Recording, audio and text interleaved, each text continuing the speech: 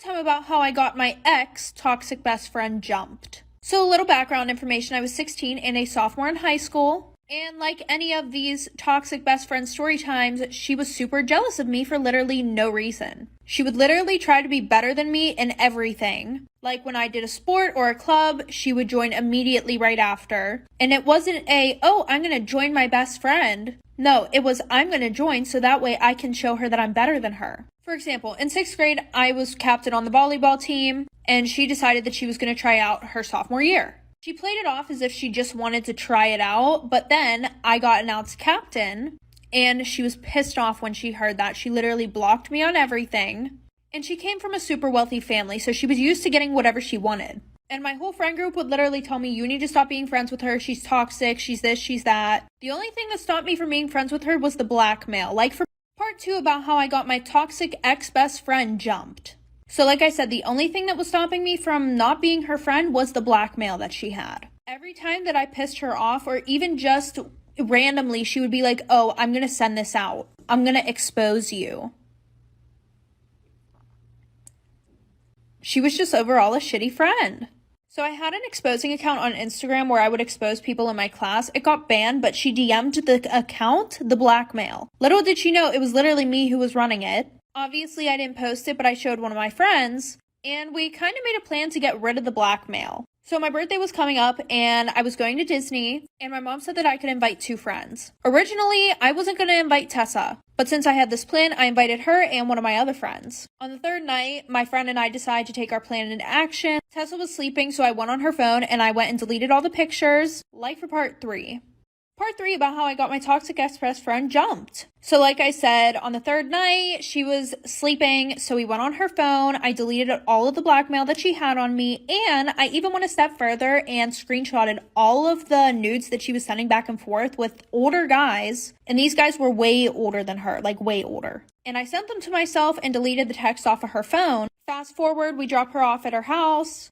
I stay over my friend's house, and we decide that we're going to post everything to my exposing page. And we also came up with a really good idea. Why not send this to Tessa's parents? So we sent them to her parents. And guys, when I tell you this exposing page had so many people on it, it really did. Somebody was like, OMG, like, please send a face reveal. Like, I won't tell anybody. So what did I do? I sent a picture of Tessa, and that person posted it to their Snapchat story. Fast forward to the first day of school. We're outside for gym class, and 3 girls beat her. Am I wrong for refusing to change one of my students' diapers outside of school hours? I, 20 female, work full-time at a daycare with young preschoolers, a few of whom are still in diapers. The other day I was at a huge barbecue with some friends from high school, and the friends of their parents were also there. I ran into one of my preschoolers and her mom and chatted with her for a little while. After a few minutes, the mom said that her kid's diaper was dirty and asked if I could change it. I thought she was joking, so I laughed and made a joke back about how I only change diapers when I'm on the clock. Her friends that she was sitting with all kind of laughed awkwardly, but she looked at me dead serious and said, no, really, I don't change diapers. I felt really awkward but just said, no, sorry, and then went to walk away. But then she started explaining to me that her husband is the only one who changes diapers because she's a germaphobe and has emetophobia,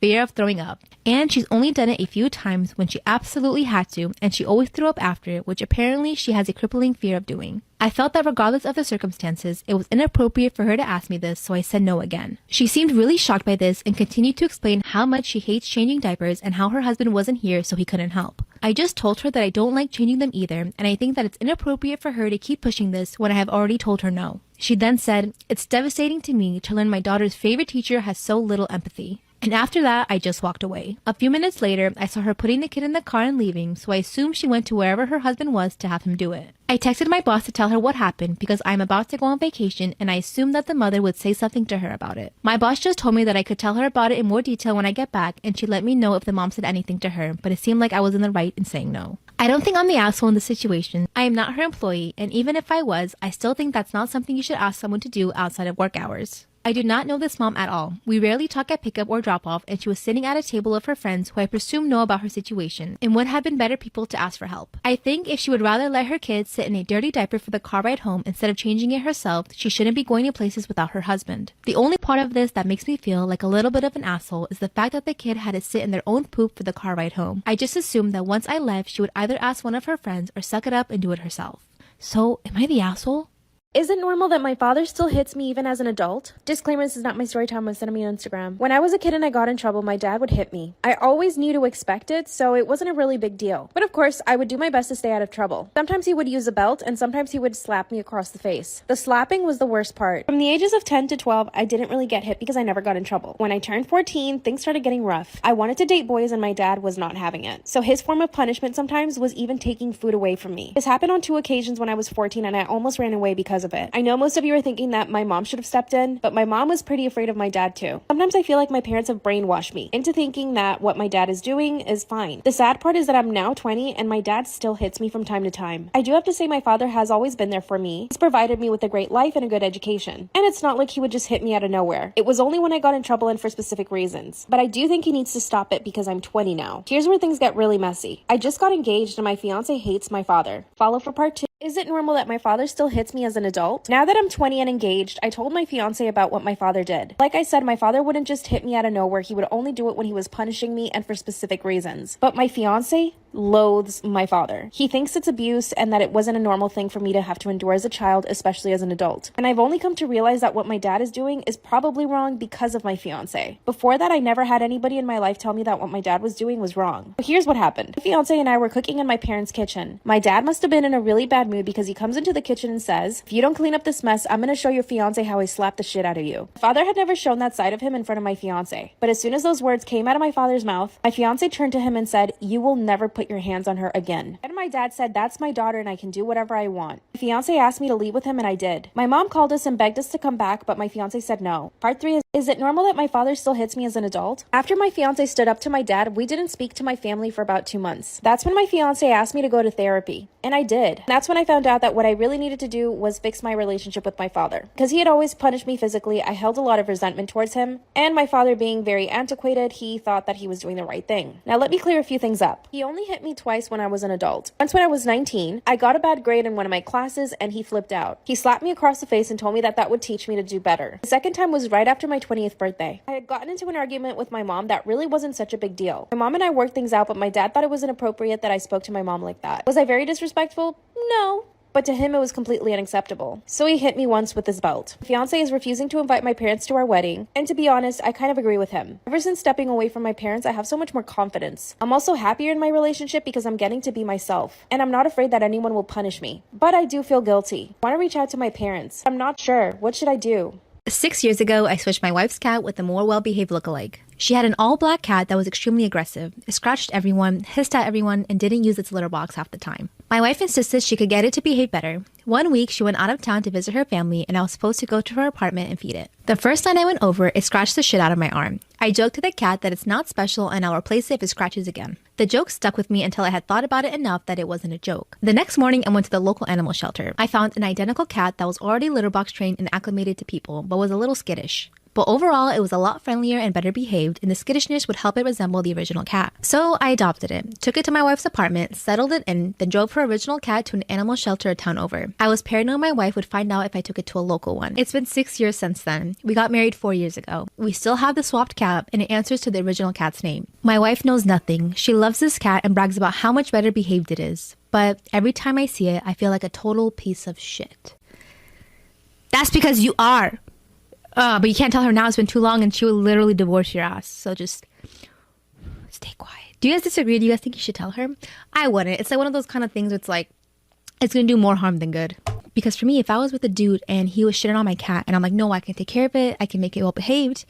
And he's like, no, you can't. And 6 years pass. I'm like, haha, look, the cat's well behaved. I told you I could do it. And I find out you did this. Every time I bragged about the cat's behavior, you're probably snickering and being like, little do you know, I switched that shit out and it would just destroy me. And I would feel stupid. So just don't say anything.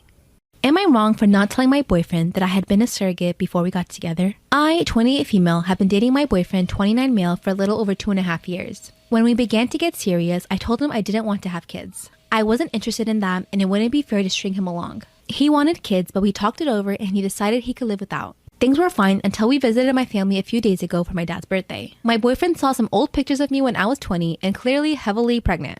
He was upset and asked me what this was and thought I had a child and gave them up. I explained to him that my older sister and her husband had been struggling with fertility and she'd had several miscarriages, so I offered to carry the child for them, and my 7-year-old niece was the result of this. I in no way feel maternal love towards her. She is their biological child, and I've never felt that I was anything but the oven for her bun. I never brought it up before as I didn't think it mattered, and it was so long ago that it wasn't really anyone's business. He, however, feels differently, and when we left, he told me that I should have told him and said how it wasn't fair how I'd be willing to give my sister a child but wouldn't even consider having one with him. I got upset as there is a big difference between carrying a child and raising a child and told him as much. I told him I was sorry for not telling him, but honestly I hadn't felt it was his business and it had been years before we got together. I then reminded him how he had been the one to say he could live without children as I'd warned him long ago. He is still upset with me. I honestly didn't think I did anything wrong. So am I the asshole here?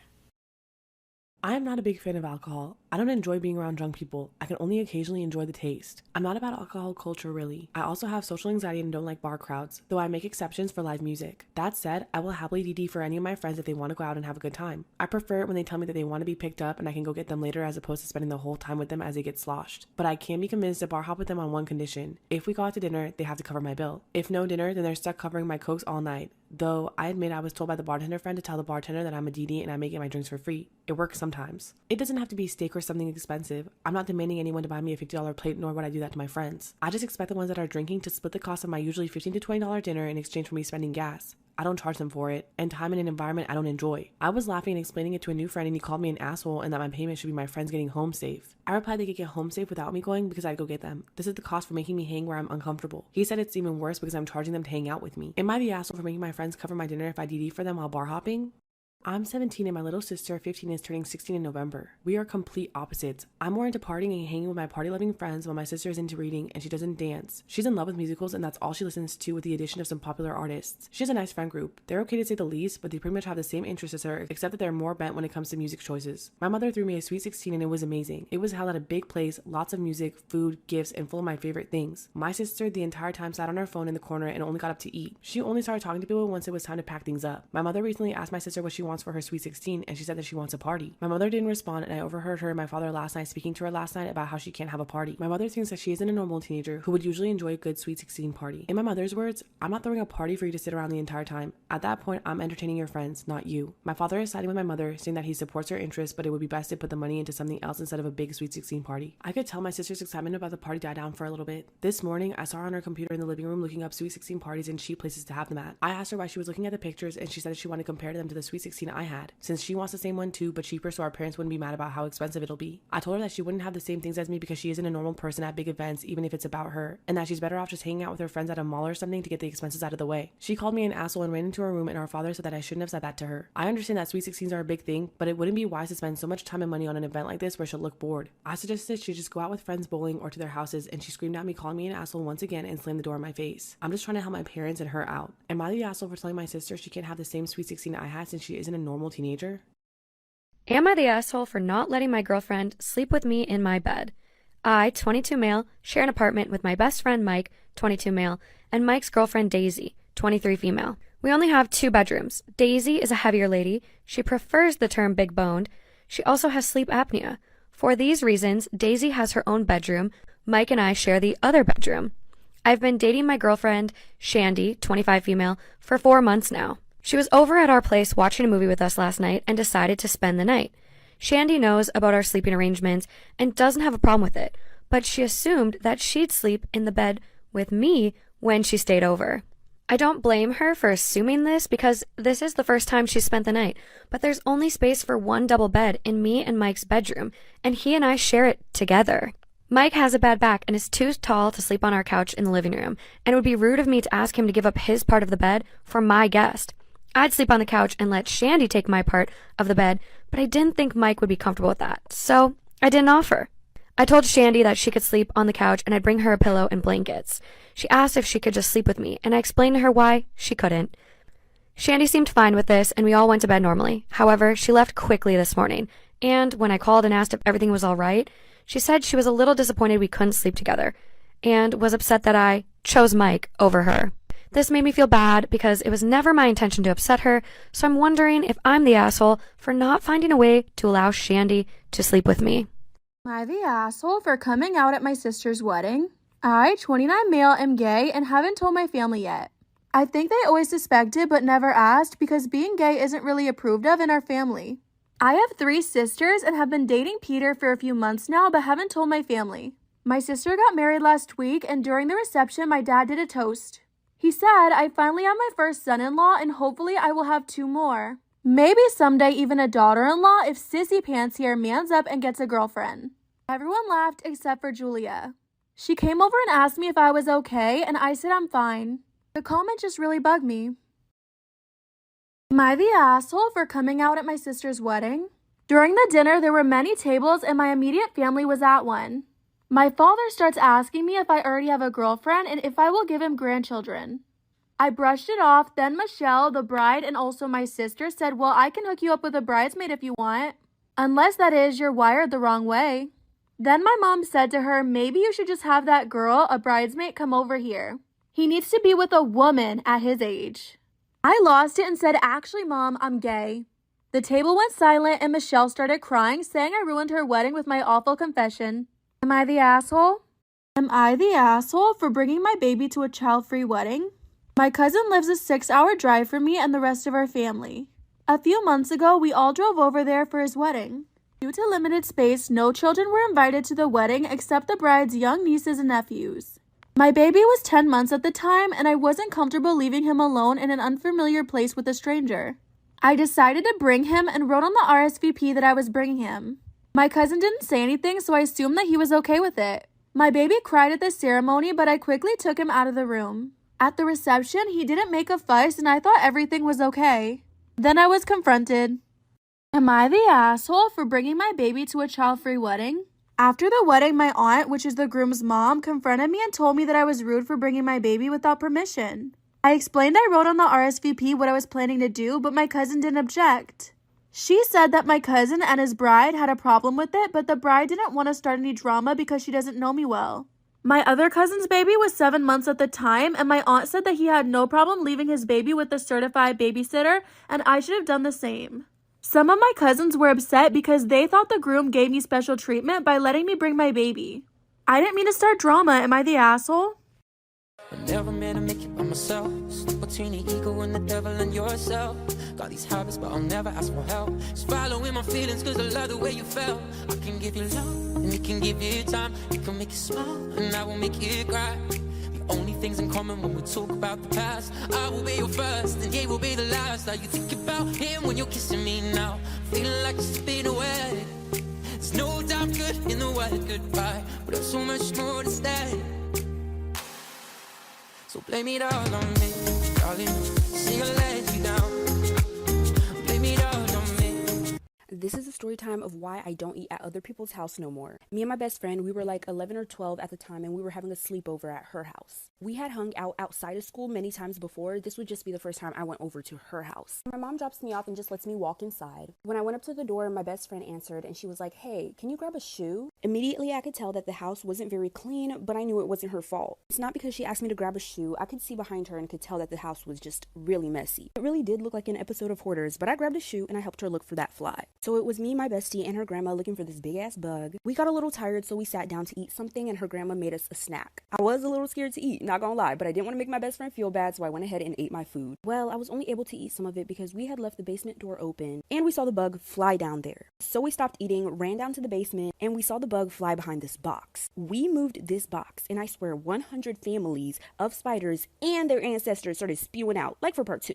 This is going to be part 2 of why I don't eat at other people's house no more. Like I said, so many spiders started spewing out from behind this box. I genuinely thought that these spiders were going to eat all of us alive. It was not a fun situation. We did not run fast enough. These spiders started crawling all over us. I think I saw a lighter somewhere and considered setting myself on fire. I want you guys to imagine like my whole entire body covered up with spiders. That's what it felt like, but there was only like 5 or 6 on me. The grandma gets a blanket and starts whipping us with it. She's like trying to dust the spiders off. I see my best friend start stripping. I was a little about that, but I was like, fuck it. Anything to get these spiders off. Once we felt like we were good, we ran upstairs. My best friend started crying to me and apologizing and saying how much she hates her life and how she's so embarrassed. But I told her that all is good and this doesn't change the way that I see her at all. We have our little moment and then we sit down to eat again. And you know, I'm going in on my little SpaghettiOs. But all of a sudden, it starts getting crunchy. I ignore it and I get down to the bottom of the bowl. When I look down, there is a half-eaten spider in the bottom of the bowl, like for part 3. This is going to be part 3 of why I don't eat at other people's house anymore. So like I said, I was munching and grunching on some SpaghettiOs. It's getting crunchy and I'm like, what's this crunch? Where's all this crunch coming from? I was like, bruh, it's probably some expired SpaghettiOs, but let me finish this bowl so my friend don't feel bad. When I got to the end and there was only some soup left, I saw a half-eaten spider. The same spiders that we had seen downstairs. My body? It started vibrating. I was shaking. I seized out. I think I passed out. This was not a good situation. I did have a phobia of spiders. I told my best friend, listen, babes, I love you. You know I love you. But this cannot go on no longer. I'm gonna have to go home. I felt like such a terrible friend, but I did call my mom and she came to get me and she took me home. I told her what happened and she was upset with my friend's grandma. From then on, we only had sleepovers at my house. And ever since my family found out about her living situation, we would go over there sometimes to help them clean. We would bring food and games. I'm grown now, but me and this girl ended up falling out because of some drama. This is a story time about the time I dated the school shooter. This might be a long story, so please bear with me. Before you form any opinions on anyone in the story, please wait all the way until the end. Trust me, you're gonna want to listen to this story time. There was this boy who went to my school and he was really shy and he got bullied a lot. He got bullied a lot because he was a lot more feminine than other guys. And I'm just the type of person to give people the benefit of the doubt, so I went ahead and started talking to him more to see the type of person that he actually was. He didn't sit with anybody during lunch, so one day I went up to him and I sat down right next to him and I started talking to him. Immediately, I loved this boy, everything about him. He was extremely sweet and considerate and understanding, and I knew that if other people took the time to get to know him, they would like him too. So we exchanged numbers and we started to FaceTime a lot. As we started to FaceTime more, I started to notice things that were a little off about him.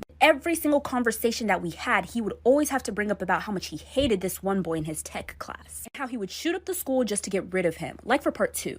This is part 2 about how I dated the school shooter. So let me backtrack a little bit from part 1. We exchanged numbers, we started to make plans to hang out outside of school, and we just started talking more outside of school, and eventually we started dating. He never really talked about this guy in his tech class until we started dating. Keep that in mind. For some reason, that guy in his tech class really bothered him. Like I said, he started talking about how he would shoot up the school just to get rid of this guy. At first, I thought it was just a joke and he was just saying that, until he kept saying it. He started being so serious about it and he started planning it out and exactly what he would do when he did it. That started to scare me, and so I decided that I was going to record one of these conversations, just in case. During that conversation, he said he planned to shoot up the school the next day. He said, in these exact words, fuck it, you know what? I'm just going to do it tomorrow. Then he tells me to not come to school the next day. That's when I know that he was actually being serious. Immediately after, I started writing up an email to the school like for part 3. This is going to be part 3 of the time I dated the school shooter. So his exact plan was to use this new gun that his dad had just recently bought. And his exact goal was to get rid of that guy in his tech class. And his tech class was in the beginning of the school day. So after I wrote that email to the school about his plan and inserted the recording that I secretly took of him admitting to it, I realized that I had sent that email at around 12:05 a.m. Most of the time, the teachers don't ever email you back unless the school day has already started. That morning, for some reason, everything in my gut was telling me I sent the email too late. They're not going to open it in time. They're not going to see it in time. My mom just thought that I was sick that day, so I told her that I was going to take a walk around the neighborhood. And I totally forgot to mention that he lived in my neighborhood. I told my mom I was going on a walk, but I was actually going to his house to tell his parents. By the time I got there, his mom told me that the dad is driving him to school. I told her his plan, let her listen to the recording. So she checked where the dad put the gun and it was not there. She called the dad to tell him to check his bag. The dad said he had already dropped him off at school and he was halfway home. His tech class was first period, like for part 4.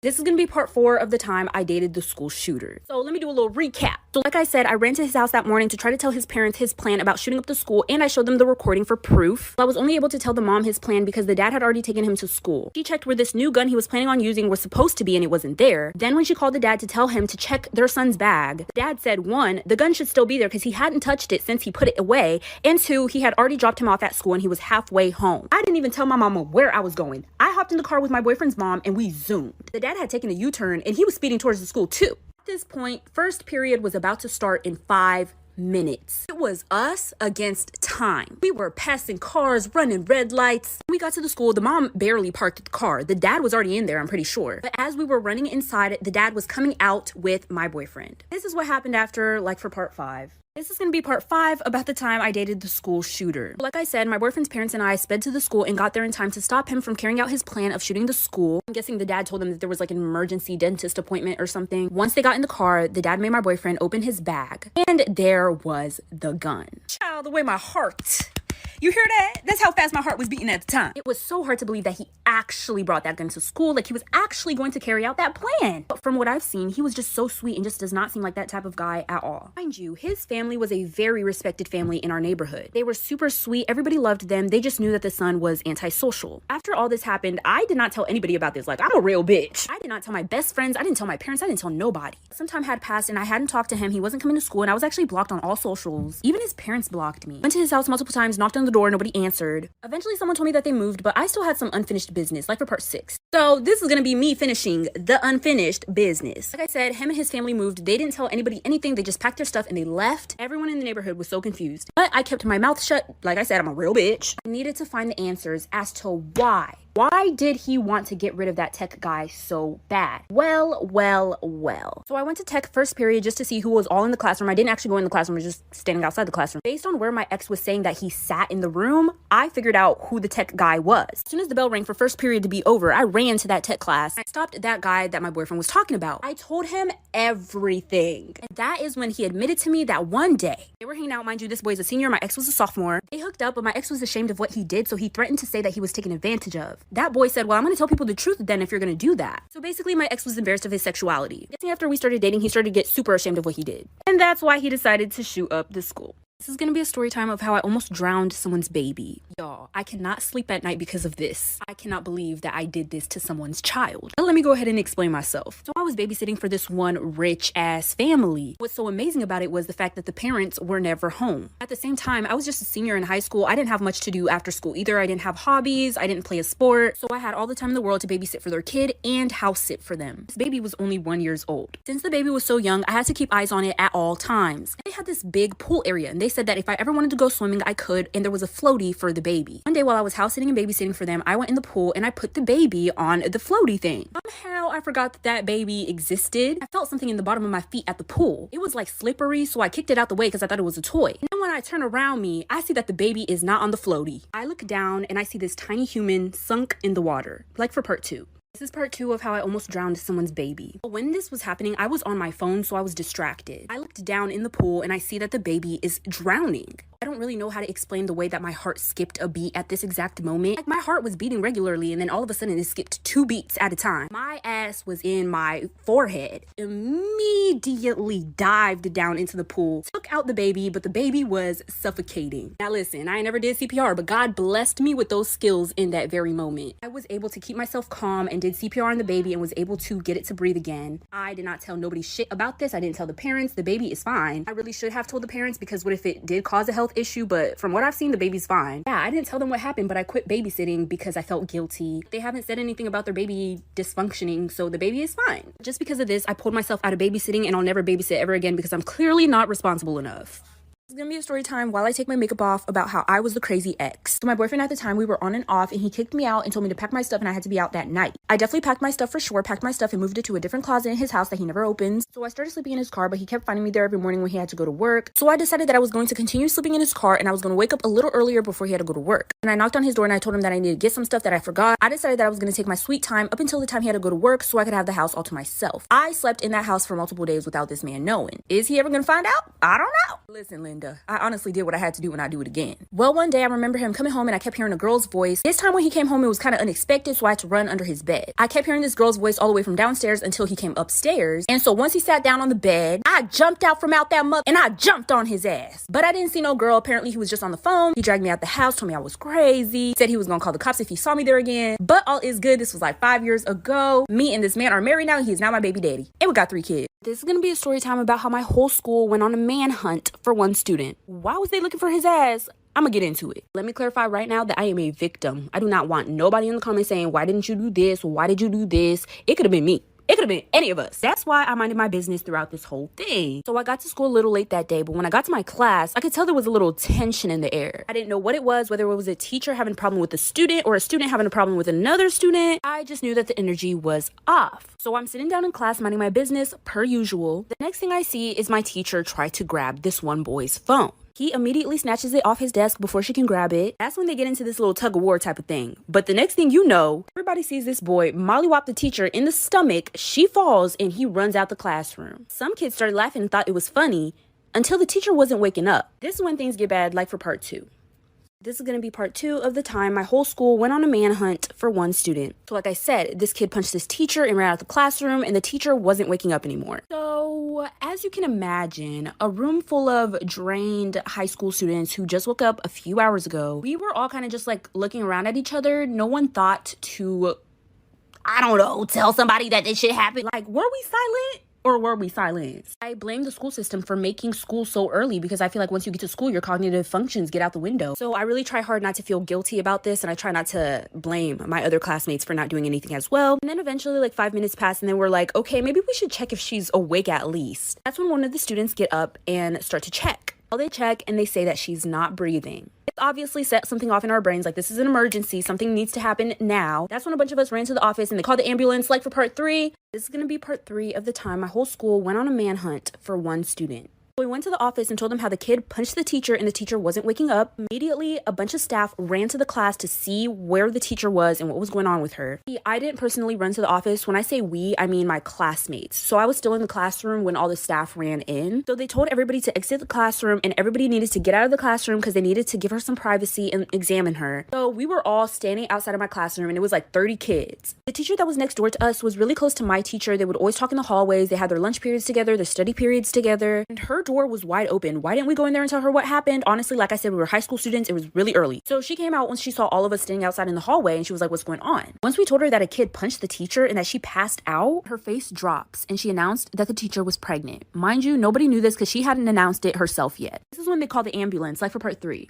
This is going to be part 4 of the time my whole school went on a manhunt for one student. So now everybody knows that this teacher who is passed out on the floor and is not waking up is pregnant. That's when they decided to call the ambulance. I'm guessing they didn't call the ambulance earlier because they were waiting to see if they could try to get her to wake up. They went ahead and put the whole school on lockdown. Nobody was allowed to leave their class, and me and my classmates went into the teacher's classroom next to us. We were sitting in the classroom for like a couple hours, and throughout these couple of hours, what we were hearing outside of the classroom was complete chaos. There was a bunch of cops, a bunch of cop radios, there was dogs. We heard a bunch of yelling and running, and that's when the announcements go off once again. And that's when they announced that they're looking for that kid and they can't find him anywhere in the school. And they're gonna let the day go back to normal, but if anybody sees him, to report it. At this point, everyone at school already knew what happened because of social media, and once they heard on the announcements that they had permission to look for the kid, lots of kids took that as this is a scavenger hunt. When I say lots of kids, I mean the whole school, like for part 5. This is going to be part 5 of the time our whole school went on a manhunt for one student. But once they announced to report the kid who punched the pregnant teacher in the stomach if we see him throughout the school day, lots of kids took that as find him and bring him to me and started hunting him down. I mean, like, as they should. So anyways, yeah, complete chaos broke out. As soon as that bell rang, child, you would be able to leave school and nobody would notice. Everybody was in the hallways. People were looking under the stairwells. They were checking in the janitor's closet, opening up doors that they shouldn't be opening. And with everybody looking for this kid, we found him pretty fast. We did what the police and police dogs couldn't do. This kid was hiding in the band room under the band instructor's desk. They found him and arrested him on school property. We got word that that teacher did in fact lose her baby, but she was okay and she was alive, but she chose not to work at that school again. But she never came back, and I don't know, I think that kid is still in prison.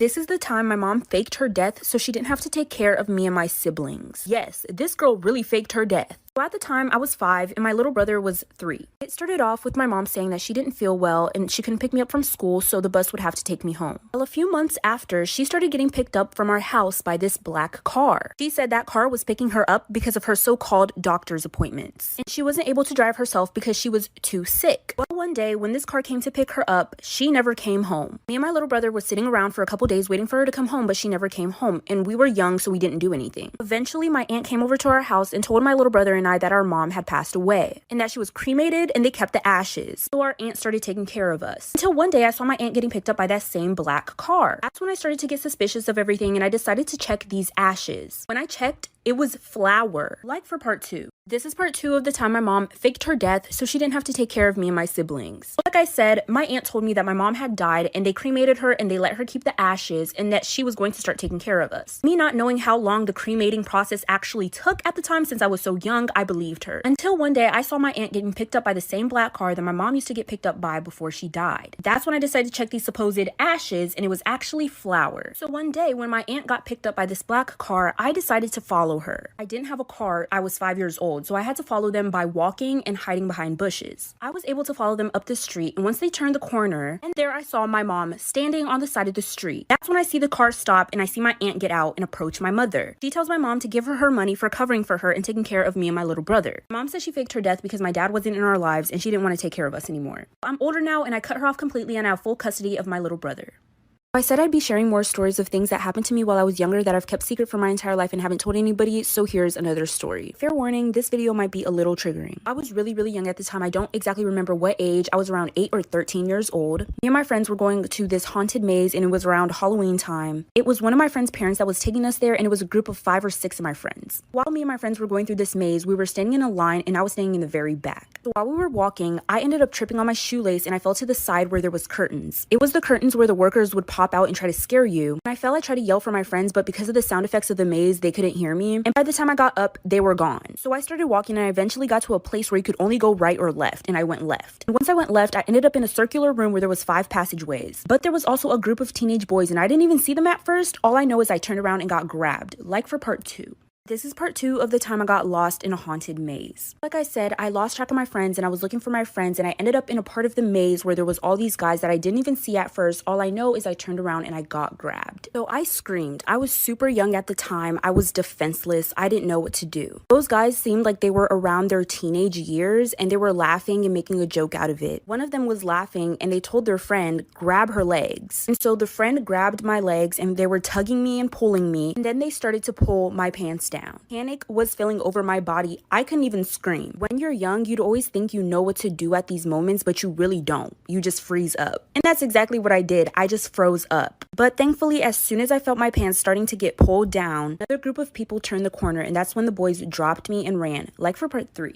This is going to be part 3 of the time I got lost in a haunted maze. Like I said, another group of people started to turn the corner. That's when the boys dropped me and they ran. Those group of people didn't really get to see what was going on. So they asked me if I was okay. I told them that I was good. Me being super young and scared, I didn't really want to tell them what happened. My parents were also really iffy about me going out and I didn't want there to be a situation that would make them not trust me anymore. So they started to walk me out of the maze, you guys. And I'm guessing we were nearing towards the exit. But as we were nearing towards the exit, I completely forgot about the boys. I had realized that I didn't have a bracelet that I was wearing. Me being young and trying not to annoy the people that found me and were helping me get out of the maze, I wanted to turn around, but I didn't want to tell them that I needed to turn around because I lost something. So I ran back. As I was running back, trying to find this bracelet in this maze, I had ran into the same group of teenage boys who assaulted me, like for part 4. This is going to be part 4 of the time I got lost in a haunted maze. I had lost something in the maze, and once I ran back to find it, I had ran into the same group of teenage boys who assaulted me. Like I said previously, I had completely forgotten about these boys. How did I forget about these boys? I'm not sure. I was very young, very dumb, and I wish I wasn't scared at the time to tell those people who were walking me out of the maze that I had lost something, because I'm sure they would have been nice enough to help me find it. But I was scared. I didn't want to annoy them. So as soon as I saw those boys, I was thinking life or death. Why was I thinking life or death? I'm not sure, but that was my instinct. So I took it upon myself to do the dash, and I ran and ran and ran, and I did not look back. I didn't remember which way to go out of the maze, but I somehow did make it out. Thankfully, the Lord was really watching over me that day. And once I got out, I was screaming for my friends. I was screaming their names. I was looking for them everywhere. Eventually, I found my friends, and I just hugged one of them and started bawling.